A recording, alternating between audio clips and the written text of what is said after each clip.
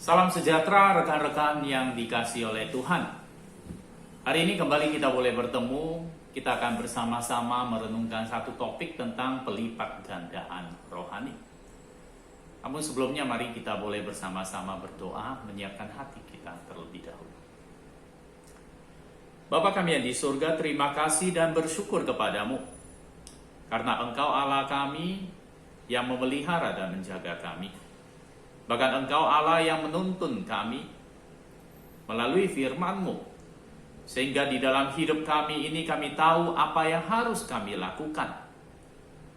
Tuhan, Engkau yang sertai sehingga kami boleh mengerti akan kehendak-Mu. Khususnya di dalam pembacaan firman Tuhan yang akan kami lakukan. Kami memohon dalam nama Tuhan Yesus Kristus. Amin. Saudara-saudari yang kekasih dalam Yesus Kristus, setiap kita tentu disuruh belajar, bukan? Tetapi seringkali yang menjadi pertanyaan, untuk apa kita belajar? Tentu banyak sekali alasan-alasannya. Tetapi ada hal yang menarik. Ada orang mengatakan begini, banyak belajar, banyak lupa. Tidak belajar, tidak lupa. Jadi untuk apa kita belajar? Tentu saja pernyataan ini merupakan guyonan. Karena setiap kita yakin sekali bahwa belajar itu pasti ada gunanya. Apapun juga, itu merupakan sebuah hal untuk menambah pengetahuan kita, bahkan nantinya bisa menjadi penuntun di dalam kehidupan kita. Namun, ketika kita tidak menyadari kepentingan belajar itu, untuk apa belajar itu, maka kadang-kadang sikap kita itu menjadi berbeda terhadap belajar. Karena harus diakui, belajar itu bisa membuat kita menjadi kesulitan, apalagi kalau kita memiliki kemalasan. Hari ini kita mau melihat sebenarnya untuk apa sih kita belajar firman Tuhan. Kita bersama-sama setiap kali bertemu, berdiskusi, mempelajari kebenaran firman Tuhan. Saya mengajak kita membaca satu bagian firman Tuhan, satu ayat, yaitu Markus pasal 4 ayat yang ke-20. Di sana dikatakan, dan akhirnya yang ditaburkan di tanah yang baik, ialah orang yang mendengar dan menyambut firman itu lalu berbuah. Ada yang 30 kali lipat, ada yang 60 kali lipat, dan ada yang 100 kali lipat. Di dalam perumpamaan yang Tuhan Yesus berikan kepada murid-muridnya, menceritakan tentang benih yang ditabur. Dan benih yang jatuh di tanah yang baik, itu menghasilkan buah yang berlipat-lipat. Di dalam perumpamaan tersebut Tuhan ingin menekankan, sebenarnya ketika kita belajar firman Tuhan, Tuhan ingin bahwa setiap kita itu boleh berbuah.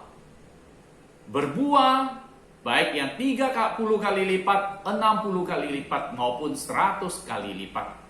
Tuhan tidak menginginkan benih tersebut tidak berbuah. Lalu kalau demikian dikatakan, maka firman Tuhan yang diberikan, yang kita pelajari, itu tidak berlalu sia-sia. Kita harus memiliki buah tersebut. Lalu tentu ditanyakan, buah itu apa?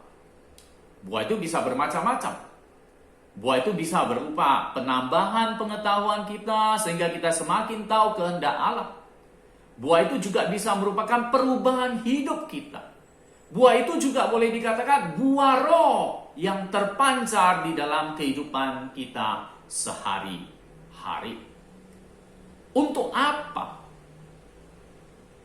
supaya dikatakan, itu menunjukkan kita benar-benar mengerti dan kita menerima firman itu.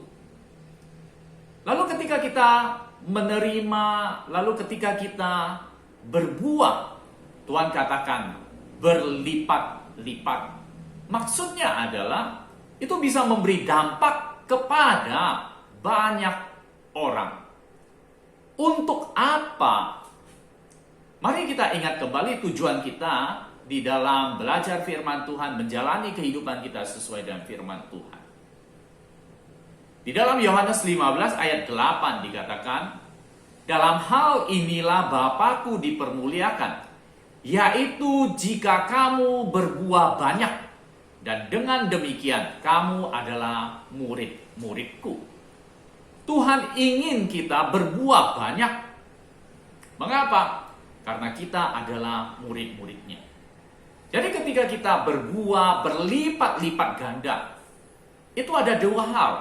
Yaitu yang pertama dikatakan, Bapa-Ku dimuliakan.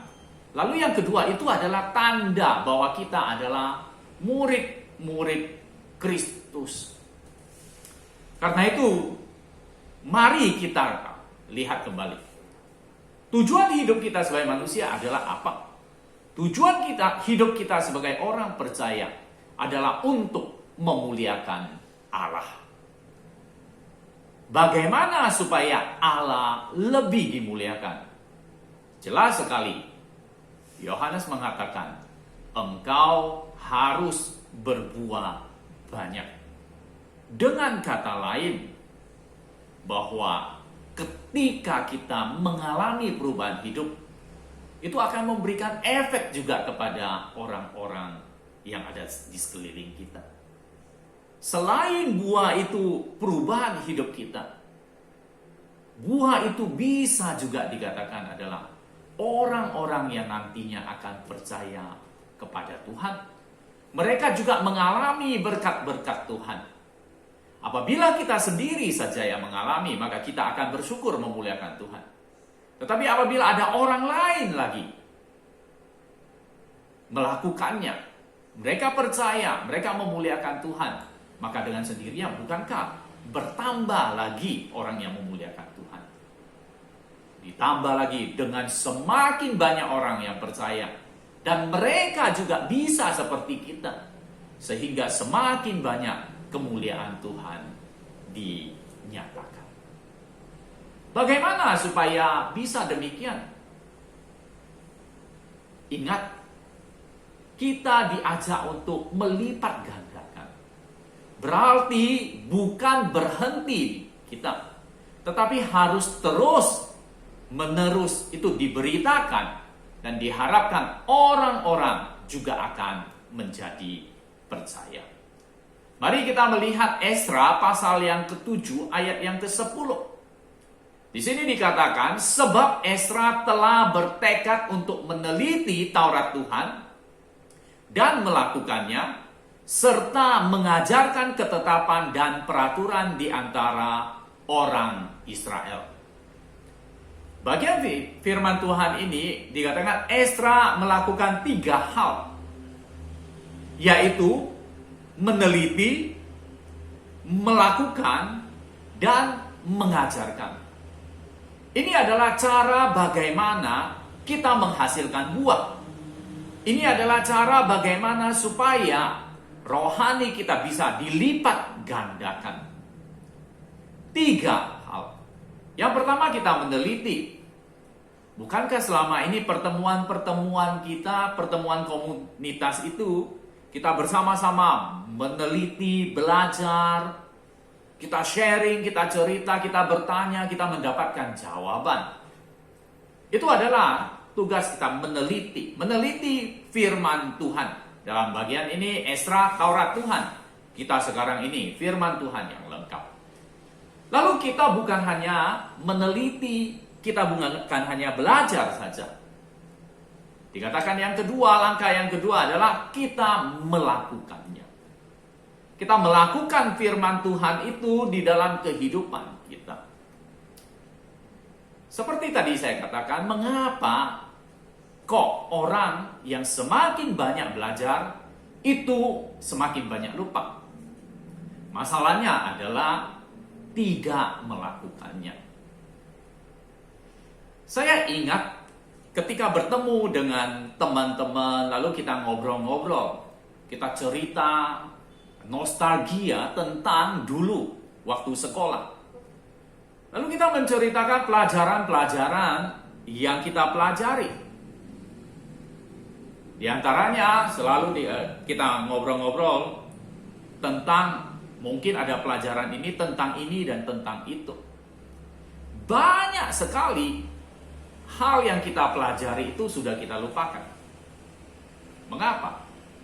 Karena itu tidak berkaitan dengan kegiatan kita, dengan hidup kita. Kita tidak menggunakannya, sehingga itu terlupa. Tapi bagi orang-orang yang menggunakannya, maka itu tetap akan diingat. Contoh yang paling mudah begini. Tentang rumus fisika. Bagi saya banyak sekali rumus-rumus fisika yang sudah terlupakan dan tidak berguna bagi saya. Tetapi berbeda bagi mereka yang berkecimpung mungkin di dalam kehidupan bekerja sebagai teknik industri. Mereka menggunakannya. Atau mungkin mereka yang selalu menghitung akan gaya. Nah, maka rumus-rumus itu mereka tetap ingat. Mengapa? Karena mereka melakukannya. Demikian juga dengan kita. Ketika firman Tuhan kita pelajari dengan baik, kita berdiskusi panjang lebar. Tetapi itu gak akan berguna apabila kita sendiri tidak melakukannya. Karena itu tahap yang kedua adalah melakukannya. Lalu ada tahap yang ketiga. Tahap ketiga ini sangat penting. Selain membuat kita semakin bisa mengerti, itu juga menjadi berkat bagi orang lain, yaitu mengajarkannya. Jadi kita harus mengajarkannya, sehingga orang lain itu juga tahu, mengerti, dan diharapkan dia itu bisa melakukan seperti yang kita lakukan, yaitu meneliti. Dia itu bisa melakukan, bahkan nantinya dia akan mengajarkan orang lain. Dengan demikian, maka kita akan menjangkau semakin banyak orang lagi. Sistem ini adalah yang Tuhan inginkan. Pelipat gandaan rohani. Bukan satu ngajar satu saja. Tetapi diharapkan ketika kita mengajar orang lain, orang tersebut juga bisa mengajar orang lainnya. Karena itu, mari kita bersama-sama melakukannya. Sehingga Tuhan semakin dimuliakan. Kiranya sharing ini boleh mendorong kita supaya kita mau melipat gandakan apa yang kita miliki. Ketika saya sendiri memahami, melakukan, maka itu hanya untuk saya saja. Tetapi ketika saya mengajarkan, lalu orang tersebut bisa mengajar orang lain lagi, maka itu akan menjadi semakin banyak. Bukan hanya 1 tambah 1 saja, tetapi itu akan menjadi momentum yang terus bergulir dan tidak akan berhenti. Ketika dikatakan saya mengajar 1 orang, itu 1. Tetapi ketika saya bisa mengajar 2 orang, maka yang saya ajar 2. Tapi mari kita melihat turunannya. Ketika orang yang saya ngajar itu, dia juga mengajar 2 orang. Lalu yang satunya juga mengajar 2 orang. Maka itu udah menjadi 4. Apabila kita terus-menerus bisa melakukannya. Percayalah, Allah semakin dimuliakan. Mari kita bersama-sama melakukannya. Tuhan memberkati kita. Bapa kami yang di surga, biarlah apa yang menjadi kehendak-Mu boleh kami lakukan di dalam kehidupan kami. Kami bukan hanya mendengar, kami bukan hanya berdiskusi, kami bukan hanya belajar, tetapi berilah kerinduan bagi kami untuk melakukannya di dalam kehidupan kami sehari-hari. Dan bukan hanya melakukan, namun Tuhan, kami diperintahkan untuk mengajar kepada orang lain. Engkau yang mengatakan, jadikan semua bangsa murid-Mu. Dan merupakan tugas kami juga untuk menjadikannya. Tolong kami Tuhan, kami memohon dalam nama Tuhan Yesus Kristus. Amin. Tuhan memberkati kita.